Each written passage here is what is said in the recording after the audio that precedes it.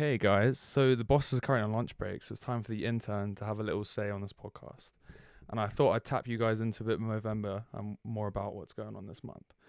So why Movember? Men's health remains a silent crisis, with too many lives lost to issues that are preventable.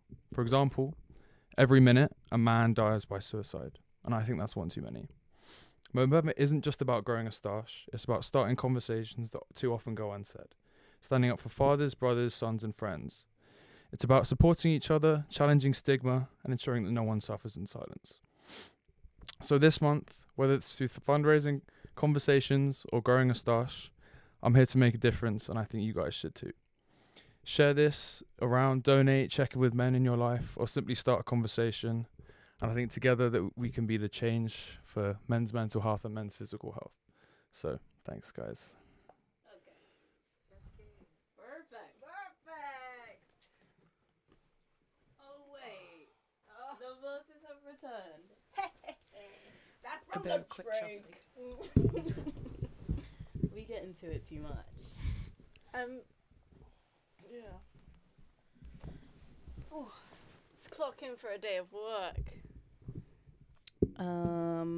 Like this. Oh. Perfect. Oh, God. Yahoo! Hey guys. Hey! Oh my gosh, wait. We're on the 3rd episode. Number 3. It's like, kind of like, we've been to the Nando's date, we've done it. Like, I'm considering a sleepover, but I'm still wondering whether I'm getting a bit icked out by you. Number 5, sleepover. Oh. Hey, But anyways, we're talking about disposability. Yeah. And you're saying number 3, sleepover. Gulp. Exactly. Anyways, our We've done topic that. today is disposability, as Tana said, as my lovely counterpart Thumbnail. said. Yeah, disposability. Do you think you're disposable, guys? Fact check. Everyone is. Exactly. Yeah. Exactly. Hashtag you are. You are a product of capitalism. No, your mum and dad did not love each other. Like, they literally just got together because they thought they'd get a tax break or something. I don't really know how that works. Oh, I don't even. Yeah, Listen. some sort of childcare benefits. Like, that's what they really wanted. All my economic babes out there. Yeah, let us know how that actually works. Like, do you get any benefits from having children, or is it just someone screaming in your ear for the next, 30 years? Yeah, and then the hit of puberty, which is great to parent through. I would suspect. I don't know. I don't have a child. But anyways, yeah, disposability arose on a topic that me and Tana were having in Tana's room When I was sick. Oh, this is real life tea. Yeah. Because we went to go do a photo shoot because we're hashtag models. Like, literally Vogue called us up and they said, hey, do a photo shoot. And then afterwards we were like, okay, like, let's chill. We had Cinnabon. We had pho. You had bun me. Yes, you did. Yeah. I know all the times you're gonna be like, I had that sandwich, like, hashtag racism, like, it's called bun me, babe. I couldn't even remember where we went. Let's just set the record straight. Okay. I wiped that day clean from my mind. Because, it was infected by my sickness. Like, at the beginning of the day, I was like, oh, chill, I'm not really that sick. I'm not really that ill. Like, I'll be fine. Like, I popped some Berkeys. I'm joking. I bought some paracetamols and I was like, okay, I'll be fine. Like, we'll just bash through this photo shoot. And then post photo shoot, I don't really know what happened, but the sickness that was downloaded in like all the senses. And I got back home and I was like, Molly, please come back. Like, there's no one else in Leeds. Like, I don't want to be alone. And we came back and then all of a sudden, like, my nose started running. My eyes were watering. I was literally like shaking. And then me and Molly started having the deepest conversation, like, out of nowhere on, like, we're talking about disposability, of course. Yeah. And like, no recycling or anything, like, just straight human disposability. Like, straight down the drain. And obviously, if you have followed us through this journey, you'll know me and Tana can be funny, but we can also be very intellectual and serious. And this is one of the more serious topics that we did want to talk about, because it affects everyone, being disposable and also disposing of, like, everyone has their part to play. You have to be like, you have to recognize your own part that you're playing in the role. Like, babe, you can't be always disposing of and being disposed of. Like, you also have to clock in and be like, hold on, do I really need this, or can I just stick around and stay with this other thing? So yeah, let's start off with the kings of disposability. And that's no shade, they're probably queens as well, like hashtag inclusion, whatever. Hinge. Yeah. Tinder. Yeah. Bumble. Okay, Bumble's like Bumble. Bumble's the queen, okay? And then we have Grindr. Yeah, the monarchs of disposability, some might say. I went to the crowning session and it was humbling. Modern dating apps actually are infestations. And oh my gosh, when you get into uni, like, there is such, not a pressure, but there is just like, oh, I've seen you on Hinge. If I get told that one more time by a random person, or if I walk to a lecture and I see someone from a dating app and my body goes cold again, I won't be making it till 60. And that's why I actually am pretty proud of this, that guys, round of applause. This is the only reason why I say this and that I do this, is so that I can get a round of applause and trophies. That I've never downloaded a dating app. Come on, clap it up. Yeah. Guys, no one cares in the studio.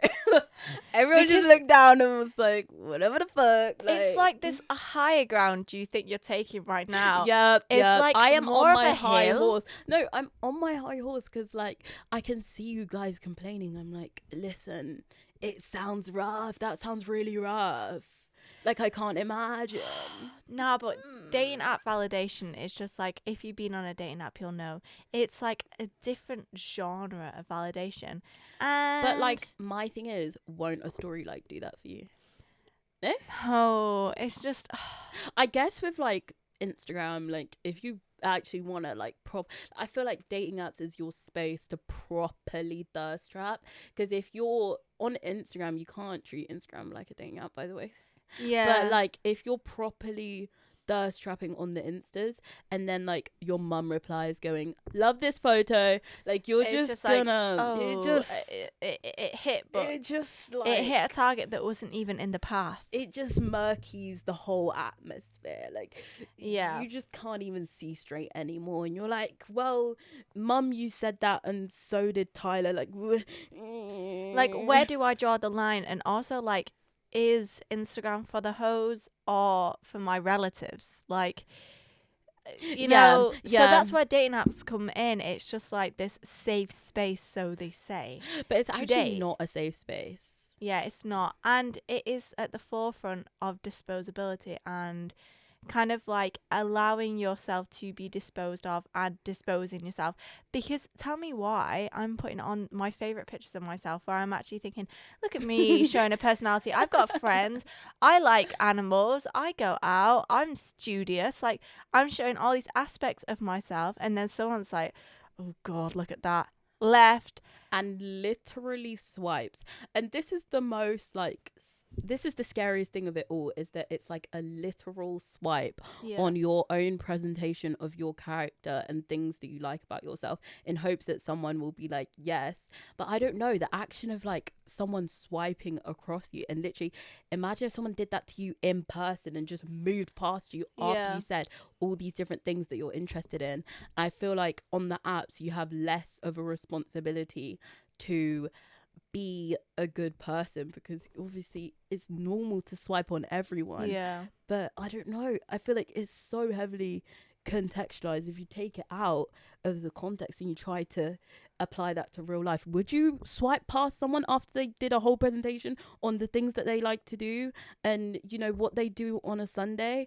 Like, do you know what I mean? It's crazy because it's like, listen, saw this thing on TikTok whilst I was brain rotting that was like, bring back booing when someone says something that you don't like. And I was like, we have Hinge for that. Like, we literally have Hinge for that on Tinder. Like, you are literally just swiping through people saying that they want a short-term commitment. And I'm like, I am guilty of this. I will hold my hands up and say, and I know that every single person on a dating app does this, where you bring in these unrealistic dating app expectations of people, and suddenly it's like a special code, because short term means that you just want to shag and you don't want anything more.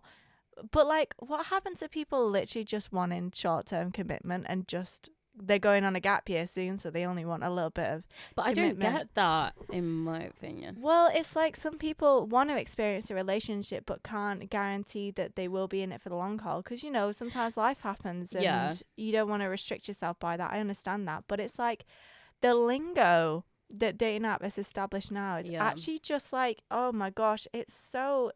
Oh God, it breaks the self-confidence so bad. Like, the amount of times I've stepped away from a dating app and been like, damn.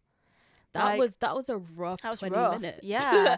No, literally. It's like I see my screen time and I'm like, how have I been just scrolling through faces for like 40 minutes? And that is genuinely all you're doing, because no one replies to messages these days. It's just like, hi, Gorge, how are you? Good. Yeah. Where you at? Not at your place. And I also think it's like, it's extremely normalized that you meet this, well, you see this person, you text, and then you go meet up with them. Like, I don't know, I'm also a scaredy cat, let's just say that. Yeah, stranger like, danger. Like, guys, do you even know this person? Like, I'm such a scaredy cat, so that's why I don't have the apps, obviously.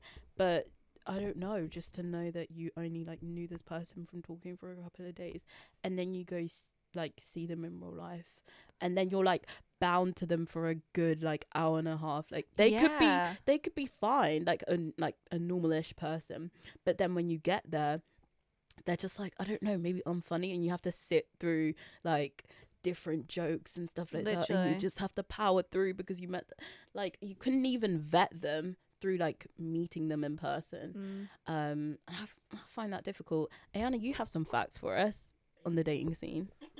Let us know. I do. Let me just get them up real quick. Yeah. They're actually quite concerning, I'll be so for real. Like, actually concerning. Apparently 27% of 18 to 34-year-olds use dating apps or websites to boost their self-esteem. They're not even in it for the long haul. Like, they want that validation. Or not even the one to like horizontal shuffle. Like, literally just to get like that hit, that dopamine hit.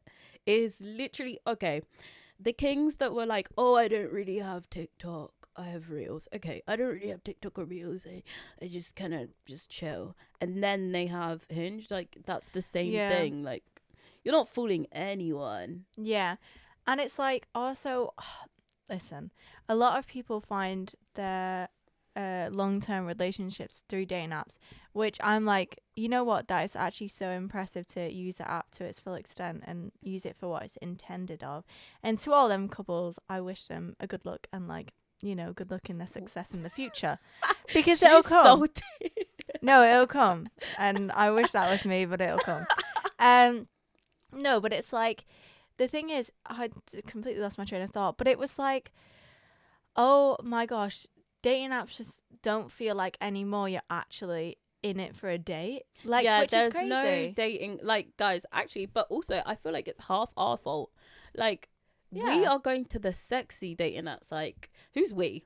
Okay. You guys are going to the sexy dating apps, like Tinder and Hinge. Like, they sound nice, they look nice, they're great. Like, what happened to eHarmony? Yeah, literally, Bitch. eHarmony. Like, that's why. POF, plenty of fish. Like, that's why you're complaining. You're like, oh, there's too many like stunners on this app and they're all like crazy. Well, you're not going to the real places with the real people. Like, if you go on Plenty of Fish, you want that flipping relationship, and you're not gonna be disposed of like trash. It's just like, I don't know. Like, listen, they make it so easy to join a dating app these days, especially using it as a free outlet as well. That's one of the things, because they're advertising off of it. You obviously don't have to pay like for just kind of like a border membership, like a borderline, whatever, a boring membership. Anyways, you can like have it for free. So it's like, by having this like, this free outlet that I just have to put my email address and like other random crap in, but they make it a fun process.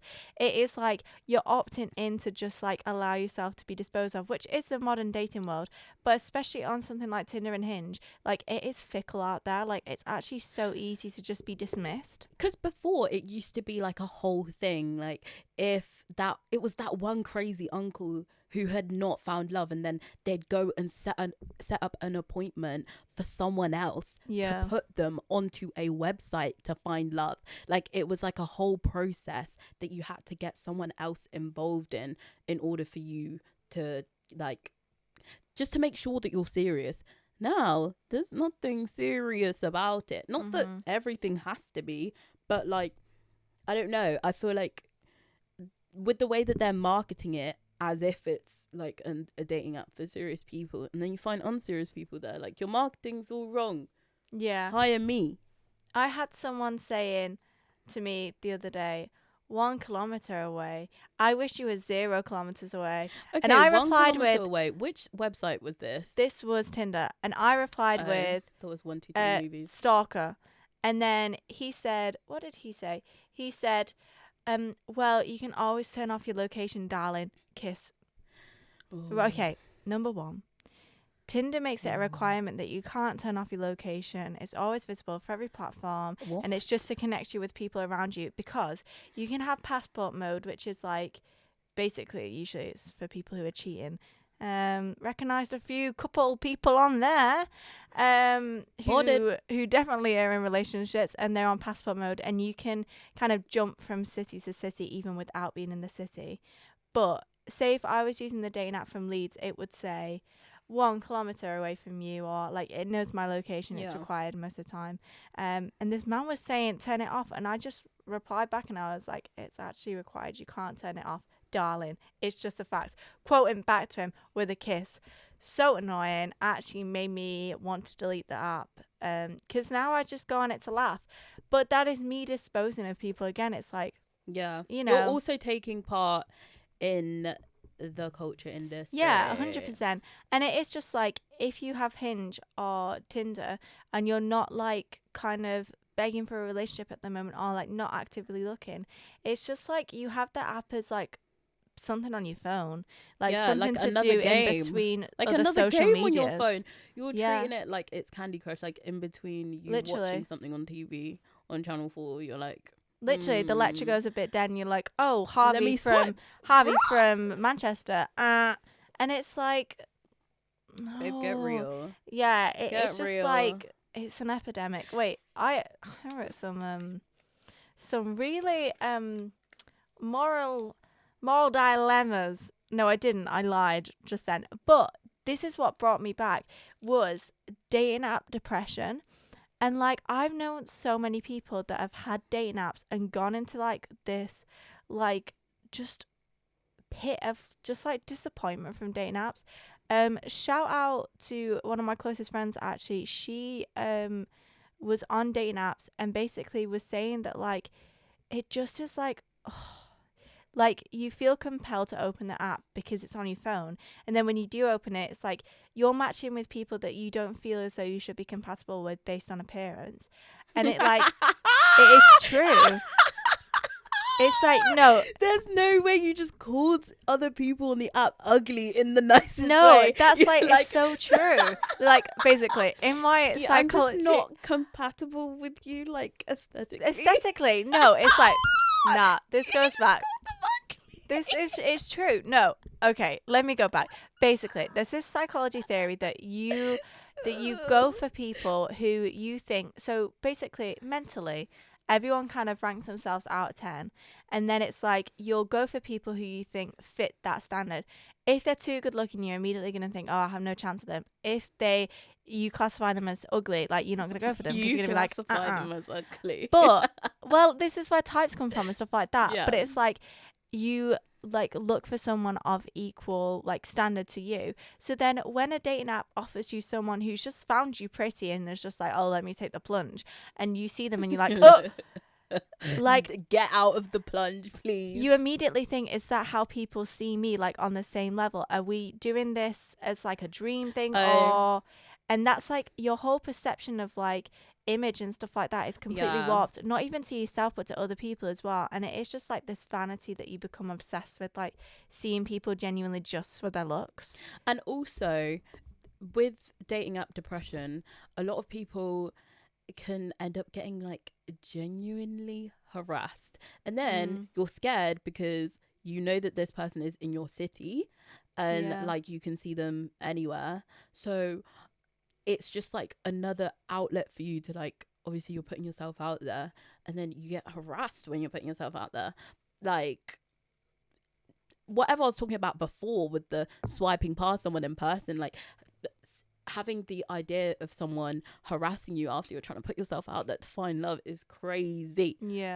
Ayana, do you have the stat on abuse in or harassment in abuse and harassment? I don't.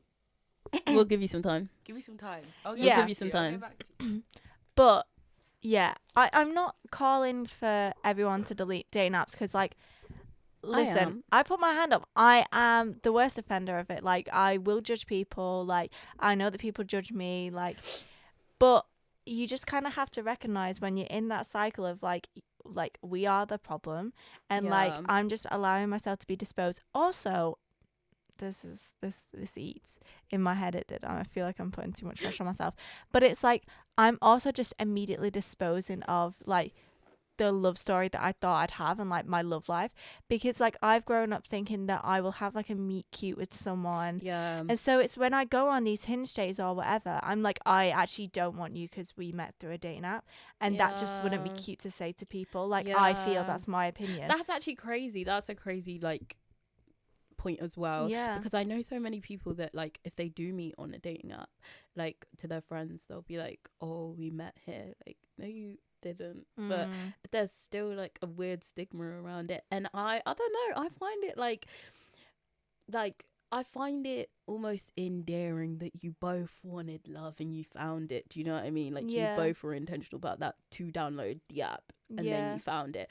And I don't think it's anything for you to be like, oh, you know, to hide. I don't know. I feel like especially now it's so normalized. I just find it sad when you start lying about it and you're like, oh no, we met at Run Club. It's like most of the time, like the internet is so big that it's gonna have a part in your relationship, whether that is through like dating apps, like sliding into DMs, or like telling someone that you like your boyfriend or your partner's cheating on you. Like, hey girl, like the internet is gonna be a third. It's gonna be a part of it. I was actually thinking about this the other day, and I was like, okay, but like starting off like telling someone else how you guys met with, oh, they like my Instagram stories. That's insane. Like I'm talking all this crap about saying like, hey, oh, I'm not even on any dating apps right now, but the alternative is me saying, oh, they liked my Instagram story, they replied to my story. They stalked my Instagram through a friend, and like they found me like guilty as charged. They messaged me. Like it's the same thing. Yeah, it's just a different context. Yeah. Next king of disposability is the workplace, babe. Oh, it's big corporations that are like they're the villains. They're the true villains, and obviously all the babes know that, you know, capitalism bad, but like the craziest stories that I hear of, I remember there was this one story, I don't know if this is word for word accurate, so you might have to like, I don't know, search it for yourselves, don't take this as Bible, but there was this person that was working at this shop, I don't know what shop, okay, and like worked there for 10, 12 years, and then when the person left, like they just got like a thank you card, and that's it. Yeah. And it's like, you worked there for 10 years of your life, and like worked there reliably, were obviously a good employee, and all you get is a thank you card. Like, I don't know, I just feel like me 10 years ago, that's crazy that I even have 10 years to I know. subtract from my age, but like, and it'd be reasonable. and it'd be reasonable. Okay, wait, not really that reasonable, but yeah, it doesn't really work with me. But let's say someone who's 30 and then 10 years they're 20, that's like 2 different stages of their lives, and just to be disposed of that is crazy. Or even like maternity leave and stuff like that, like women going for maternity leave and then just being chopped off and their job being replaced. Yeah, shout out actually the politicians that are actively trying to reduce maternity pay as well. One of them just got stated in. Just got podded. Shout out. Because I just feel like after doing all of that, and then God forbid you want to have a child, like you have to think about your job security. Like that's again very insane. Yeah, and it's the whole stigma around like, we as a company aren't going to judge you if you have a child, but then immediately it's going to be like there's a shift in attitude, and like you're going to be treated differently. You do come back, like it's like, oh, you weren't here for this, or you won't know this, like we've changed everything. Like obviously I understand this, but like when you bring it up all the time, I can only imagine how that would make someone else feel, like after they just wanted to start their family. I mean, God forbid if you want to have a little screaming baby or something, like damn. Yeah. And as well, like it is available for your partner to take like another maternity or a paternity like leave as well. Like my old teacher, he took a paternity leave, I do believe, and that was like the first time I'd ever heard of like a partner taking leave, because usually it's just like I don't know, usually it's like maternity leave and then that's it. Like the other partners expected to go and support it by like this stupid system we've made up, but it's like having that give and take between both parents. If both parents are like around, is like, that's respectable. That's so respectable. But like first, if it's not like that, but yeah, to have that option now I think is so much better. But it is just like companies just generally shit on people who are having kids. It's like, it is actually just so awful. Like I've had family members that obviously have like been through maternity and whatever, and it's just like, oh my gosh, to have to, like you said, go through a screaming child, and then even the thought about going back to work, like that is so daunting to anyone. Daunting. And then you come back, or let's even say you come back and it's like you're expected to do all this stuff by yourself. Like again, you just realize that you're just part of a machine. Yeah, you're a cog in a machine. And you're not really, and you just end up feeling like a number. And I feel like that is the thing that makes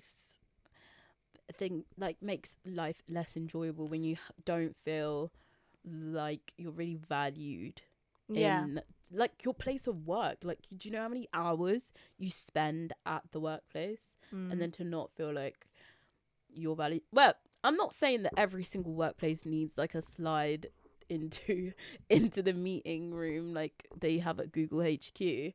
I'm not saying that every workplace needs to have like food, although that would be nice. That would be Gorgina. But like, I don't know. I just feel like more and more it's getting to a point where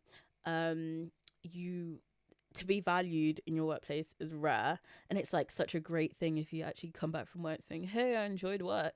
Like everyone will look at you like a freak. Like that's even insane in itself. Like you're spending so much of your time there, like the least it can be is enjoyable. Yeah, I used to work a job, this was like one of my first jobs as well, and when I was working it, I just felt like such a pressure as a worker to like do the best I could and like go above the best that I could. Like, I think it's so crazy now looking back on it, 16-year-old me like working a retail job, like I actually just was not competent at that age at all. I hear that so bad, because like you end up thinking that you're meant to be doing like all this extra stuff, like the way that they market it, especially in retail jobs, to like the young ones, is that you have your job and then you can go above and beyond. Yeah, you have the and tasks. then they're like doing above and beyond is like your regular thing, and you obviously you can't separate between that when you're that age, and you're just chilling, do you know what I mean? Yeah. But then you start doing all this extra stuff, and then you get home and you're exhausted, and then you have to wake up and go back to school. Like, Yeah. what? It is actually just crazy. And I remember so many times coming back home from work, like on a bus, and being like, just sobbing and being like, I did this wrong today. Like, I sold this wrong. Like, being so stressed out. And now I have a job, and it's just like a complete shift. I think with that maturity, like, I just have so like lower expectations for myself in the workplace, because it is just like, this is an outlet for me to make money. Like, I'm appreciative that I have the opportunity to go and make money by myself, and like to support myself, and kind of have the freedom to work like whatever I want to do, and have like the freedom to apply and stuff like that. But it's just like, now I'm like, okay, if I fuck up, like, you actually whatever. And I think half of it is maturity, as you said.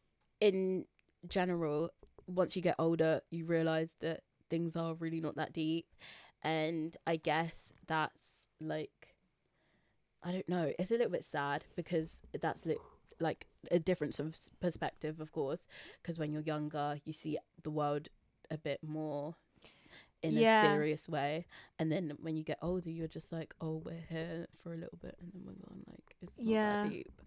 I feel like, with the childhood thing, like, I'll agree with you. In school, like, I feared authority, and like that was like gospel.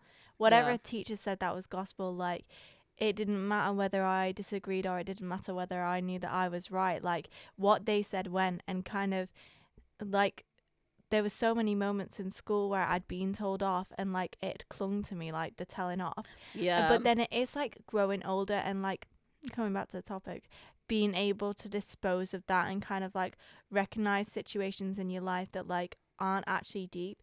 Because like, the amount of times I cried in class too, like, it's actually crazy. It's just not even like, but crying in class, guys, it is actually a form of humiliation. When you go through it, it's literally like too tough. Because it starts off with you, like, it's always you at your happiest, and like you're chilling with your friends, you're talking, and then it's your favorite teacher who turns around and literally like crashes out on you, and is like, no, why are you talking? And then you're like, oh my god, like, and then like all your friends are like dead serious now, like, I don't know what happened there. And they like, go really silent, now and they're they like, start clocking in, okay? And then you're like, okay, so you're trying to brush that off, but your eyes are welling up, and you're like, and like brush it off, as you said, and then the teacher's like, no, but why are you smiling? No, I'm not. I'm just trying not to cry right now. And then it's like, no, come see me after class, because this is unacceptable. And then you just feel like the tears. And then other people are like, are you okay? And then like, you start crying. Yeah, it's just like, I thought I'd escape this. And then when we got to Zoom, that era of Zoom, I thought, this is actually, as someone who has like the worst anxiety ever, this is so amazing for me. I'm like, yes. Away from the classroom, like away from really like the authority of a teacher, like it's detached.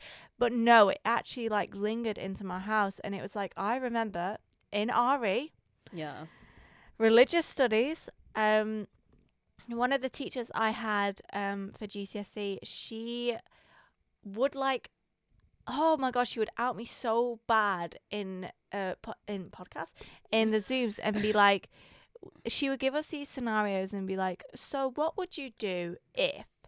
And then it was like, obviously the usual RE ones, like, what would you do if there was a group of people that were safe, but then there was one murderer in the building and you had the option to just demolish that building and kill that murderer before he killed other Molly people. said, bomb the building. No, I didn't. I was like, obviously I don't do that. Like, that's innocent people in there. Why would I do that? And my RE teacher was like, so she's a pacifist then. Oh. So she's a pacifist. And she was like, everyone, pacifist Molly's back on Zoom. Oh. And my face went a whiter shade than I thought possible. And I felt so sick because when an authority figure gives you a label and like, I don't know, just like gives you a personality and is like the like yes, obviously I'm such a big pacifist, like yes, but like growing up, like I didn't need an adult to like kind of confirm that about me. Or but just, it's like try and put like, I know what they're trying to do, literally, and I know they're trying to like make it funny and fun, but also it's not. It's like by saying that, one, I recognize that obviously you're not a pacifist, and I'm like, I'm not coming at you for saying that. Like, I'm not being like, oh, she supports war. Like, I'm not saying that. I'm saying believe what you want as a teacher. We don't have that relationship. Like, I don't have that authority over you. But it's like, then surely I should be able to believe that, like, I want to save these innocent people and, like, not cause further harm. And also, like, I was in year 11, so, like, my brain was so moldable. And, like, I think as an adult, when you're saying things like that to a child, like it acts as kind of like a repellent, and you kind of bring them into what you want to believe. And it goes back to like table talk. Have you heard of table talk? Like that your parents influence your political views by what they talk about at dinner time. And it's like, so say if this is not true at all, but say if someone's parents were Tories, I was going to say mine, but I didn't even want to use that because it's just so out of depth. Say if someone's parents were Tories and they were feeding their child information about the Labour Party, it's like then you have this kind of warped view about everything, and obviously you attach yourself to you know your parents or whoever you're living with views, and it's just like, oh my gosh, children do just become so disposable to adults at that personal extent. And it's not adults' fault always, because I think sometimes as a parent you're just navigating your way through raising a child, and like it isn't at the forefront of your mind that like, oh shit, I said that we shouldn't shop at Aldi and now my child's like hating on Aldi. Like it's not at the forefront of your mind that you're like, oh, this is happening. So like it's by accident. It's just by accident, but like child's brains are like so moldable that like you do at that age feel like all of your views are disposable, like all the thoughts that you think, all the dreams that you have are so disposable. And it goes back to the dreams and the hobbies. The dreams and the hobbies of childhood, like gone. Throwback to when I said I wanted to be a cook, and like everyone around me was like, oh, but it's so hard to be a cook though. I was like, okay, cool, next. And then I don't know, I feel like especially nowadays, having intense like wishes to be or do something is like, if you're not willing to, as they show in like all the TV shows and all the interviews and stuff, if you're not willing to sleep on couches, if you're not willing to literally give up your left boob and like your molar, then you should not be doing that thing. So you end up like getting rid of that dream and like choosing something else which is more convenient. And I think that's really sad as well. The people that we're surrounded by, they do film. Obviously no one has disposed of their dreams. Flipping heck. Flipping heck. Someone thinks they're gonna be the next Sofia Coppola, but I don't think that's gonna happen. Oh, hey guys, keep making your films out there. But yeah, what I'm saying is that dreams and like having that wish to be or to have something now is like, especially when you're young, people will be like, oh, you're just young, like you don't really know what you're talking about. And then you end up like taking that to heart, and then you end up like chilling in an office for the rest. Well, not that that's bad, you can do what you want, but you end up going into a different field that you don't really want to do. And I think that is really sad and really terrible. Yeah, it is like, I don't know, I think as someone who is doing a degree that is like people actually just whisper in your ear, get ready for barista life. Yeah. Like, it's all funny, me and Tana saying those jokes all the time, but genuinely, and I know I speak for Tana when I say this, it does become a little fear of like, oh shit, what if I'm Yeah. actually just doing this Like degree and Jen post this degree, nothing. what am I doing? yeah, like, because the opportunities are slim, Yeah, and they like are. you take away, you add so many factors and they become slimmer, Yeah. and it's just like, did I go to the right university? Should I have gone to film school? Like, Yeah. but also you're heavy making on these film decisions at school. 16. Yeah. Yeah. Because you actually gave a 16-year-old like the internet and said, hey, go find out what you want to do Yeah, and tell us in 3 weeks, because that's when UCAS opens. it's What? crazy. It's crazy.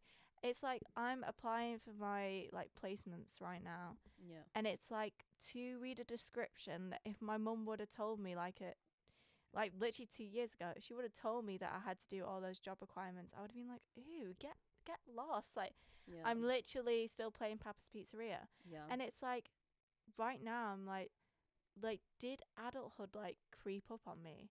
It is. And like, when was I actually supposed to morph into an adult? Like, and then it goes back to this word of disposability, because I'm like, have I just like disposed of like my childhood like instantly? Like, am I right now, like, by doing a placement year, disposing of my like uni life? And it's like, yeah, probably. Molly's trying to hit that word count. Yeah. Disposability. Reverting back to the topic. No, can you tell I'm on essay grind right now? Yeah. I'm like, But ooh. for real, I feel like after like 16, 17, everything gets muddled, and Yeah. then you're like, wait, what? I'm turning 24. Oh. But then, like, do you not see uni as disposable in the way, like, Yeah. because it's kind of like orchestrated to be this big thing that you aim for, Yeah.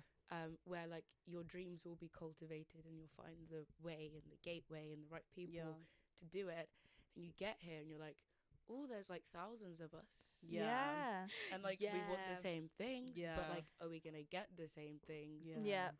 Like, because I'm paying 9K a year, like that's going in their pocket. Literally. Am I disposable? Like, what? Like, and then you have all these access to these great things, but it's just a pure volume of people, Yeah. and Yeah. comparing yourself, and you are alone. Like, Yeah. Yeah. bummer, we're alone in this. Like, I'm sorry, and it's just low-key scary as hell. So, like, do you view uni as disposable as well? Like, makes you disposable? 100%. Yeah. I would think- also say that, like, being in uni itself, like, as you said, like, viewing everyone in your lecture, like, you think you're, well, this is to me, but, like, I thought I was so different, like, picking film, and I Yeah. thought it was going to be a super small class, like, Jen, maybe, like, 20 people, and then our class is, like, 80 people. I'm like, okay, so that's in Leeds Uni, like, what about in London, where it's, like, an Mhm. act, like, the film scene is, like, a little bit Yeah. more complex, like, And it's like, what about the people then that go to actual film school? and then it's what like, about the people that are making films, like, by themselves and aren't in film school? What about the people that Yeah. are runners right now? Like, yeah.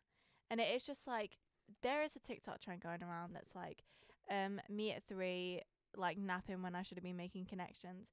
But it is actually so true. Like, what? in order to have a good adulthood, you must have disposed of your childhood early. And it is like coming into uni and like 100%, locking in. 100%. Because what about those little children that were doing get ready with me's? Like, they've literally got their bank sorted out. Like, Yeah. they can do what they want. Like, they've got 20K in reserves, like doing like toy unboxings from the minute that they were literally born, like 4 years old. Like the that- Rizzler. Ooh. The Rizzler is literally, he's a little boy and he's on Jimmy Fallon. Yes. Like, and I'm like, have we just disposed of that child's childhood? Or the for the OGs, what was her name that did the Anaconda with her little friend? Oh, you know what I'm talking about. Sophia Grace. Yes. Sophia Grace. Yes. For the OGs, like, she was Gen 8. Oh, I need to stop with this Gen. But she was lit 8 years old. Yeah. And it's like, on Ellen, and then on this, and then the Yodel boy. Like, they are all these internet sensations and they're literally disposed of. And I feel Yeah. like it's all because of like this new, sorry, AI Tesla bot, we're back. Because Yeah. it's all about the algorithms. Everything that you like has an algorithm. Like the dating apps that we're talking about, they have Yeah. an algorithm. That's why you're seeing uggos instead of the fine shits. Like, do you know what I mean? And then afterwards, you also have like Instagram, which has an algorithm, Yeah. and it makes everything so easy to dispose of Yeah. because everything is either swipe or it's literally tailored to you exactly. And if it's not that, you get so annoyed because you're like, oh, well, this is not even what I want to see. And then you dispose of it. Or if you're tired of it, then you dispose of it. Then you use those same like thinking patterns with people, as we were talking about with the dating. Then you end up disposing of people when you're tired of it because you're so used to like swiping on your phone and everything on your phone being tailored for you. If you find a person in real life who isn't tailored for you, you're so quick and easy to dispose of them.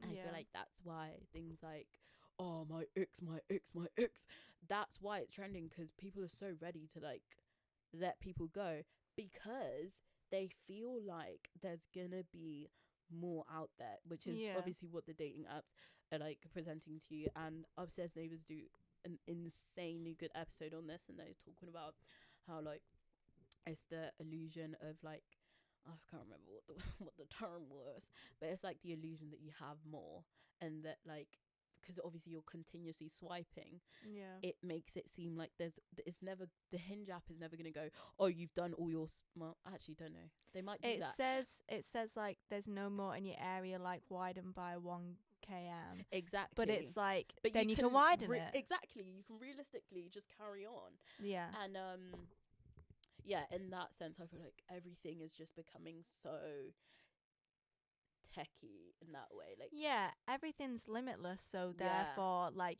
your options you believe are limitless, and it's like, I don't know, it's just like I find myself just getting ready to like have an expiry date and put an expiry date on everything. And this is why I really struggle with like modern dating, is because like I have become like accustomed to like, okay, so we're in the talking stage, and now with this and now with that, and let me just dispose of that. Like, yeah. After like talking stage, you're so ready to like leave it. And I don't know, apart from like genuine situations where you should leave like a relationship, like maybe just try it out a little bit and like really try to hear the person, the thing. It might even be a degree that you're ready to dispose of because you went to one lecture and you were like, this ain't for me. Like, maybe try it out for a little bit, because yeah, I feel like that was us also at the beginning of the year. We were like, oh, I don't want to do film, I want to do this, or should I have gone this, like, I don't know. I feel like there's so many people that are people. I did a like a film internship, and there was this location manager, and he did, I can't remember what he did. He was like a project manager until he was 40, and then at 43 he was like, I can be a location manager because like I have the skills for it. And I didn't even know. And for those of you who don't know what a location manager does in film, is that they go to different locations and they try and book the place for the film to be filmed in. And so you're actively working with the people on set and the director, because even if you're traveling, you can like snap a place and be like, would this be good to shoot this? And stuff like that. And that is your job. And at 43 he decided, hey, I'm gonna do this. So it doesn't really matter in the long run in terms of like uni and stuff. You can change it. So even if you feel like, hey, I'm doing the wrong degree and I actually want to do this, yes, you can change it now, but also like, it's gonna, you can change it later. Like you actually can. And yeah, a lot of things are getting oversaturated, as we were talking about, due to disposability. And also this goes with like the music scene, I believe. Music scene and the movie scene. And I think Tyler the Creator was talking about it, and he was basically saying how music in general, like a lot of people have access to studios. Hey, this is no shade to all those people that wanna get in the studio, but The SoundClouders. yeah, sorry Jimmy and your SoundCloud. Jimmy too trappy. But I feel like a lot of people have more access to studios. A lot of people have more access to like film cameras. A lot of people, like, nepotism also plays a huge part in it. So a lot of people are making a lot of stuff. So there's so much more to sift through. And also because of the algorithms and everything, and to try and keep people's interest, which has literally, like, everyone's attention span has decreased to literally 0.5 seconds. What's it called? Artists are like releasing like music every 2 weeks, or like they're just releasing stuff that they're not even like passionate about, and making movies that they don't even care about for Netflix or for any of these places that are just gonna churn them out and then make bank off them, and then that's it.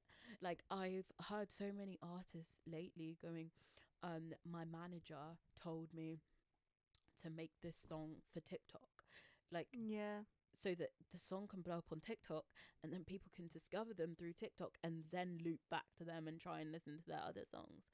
So I think that's so sad, but also it's like, as an artist, if you don't jump on the train, like, you will be left behind. Like you've got nothing. But we have to wrap up now. We're wrapping unfortunately but to bring it round before we do our recommendations, it is just kind of like acknowledge the fact that disposability is occurring around you, like, actively, and you're playing your part in it, and also you're becoming a victim of it. And it's like, kind of, I don't know, like, just be intentional. I think is like all you can do. Like, be intentional about the music that you make, the music that the movies that you make, and you know, show your passion in that. Or if you're on the ups, like, be intentional about what you want. Is it that you want a relationship? Is it that you don't want a relationship? Like, just be intentional about whatever you do. I think it's so easy right now with all the algorithms and etc. to get lost, but maybe take a break from the apps. Like, that is okay. Like, you don't need them it's around. Not going 24/7. anywhere. They're still gonna be there if you do like a month restriction, and it goes into a lot of things, like, even if, like, you're kind of like, if you like casual drinking at uni, like, take a break. Like, it is okay. Or like, try something new. I'm talking about trying something new. How about this week you try listening to This Is the Life by Mitski and David Brin and Sun Lux, because this song was in Everything Everywhere All at Once, and I thought it was really relevant to this episode, because that song is crisp. It's crisp and it's gorgeous. That song makes, like, you know, when it goes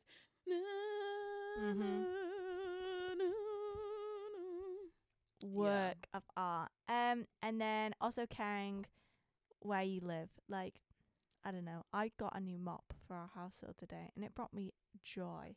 So I recommend taking a minute to just care for where you live. And like, buy yourself some flowers, dude, if you can. Like, it does make a change. But Tana, what's your... Adding to that, I would say my recommendations are prioritizing any type of pleasure within limits, guys. But like, obviously, if you see Cafe Nero, shout out, and you're like, I really want a coffee, and you like, or I really want a sweet treat, like, literally go get one. Like, like, do you know what I mean? Just do it. And if you can, do it.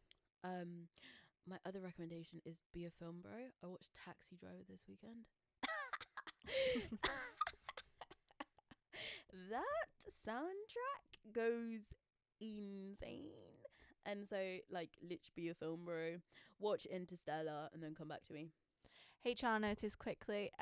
The American election is occurring as we Go vote. speak. If you're in Um, America, what? So this will be Hashtag out. international. This will be out when the elections are out. But I hope any Oh, yeah, American true. viewers have voted. Woohoo! Have voted for a better future. Yeah, we'll check back in with you. Yeah, once- next week. Yeah. But yeah, and also HR noticed Jeremy Allen White is starting to film the Bruce Springsteen film. So get on your Zooms and get watching, because Yeah. it's the big one for the Bear fans and the Bruce fans. And Ironclaw fans. Yes, true. Recognise. Okay. Okay. Subscribe. Like, comment. follow.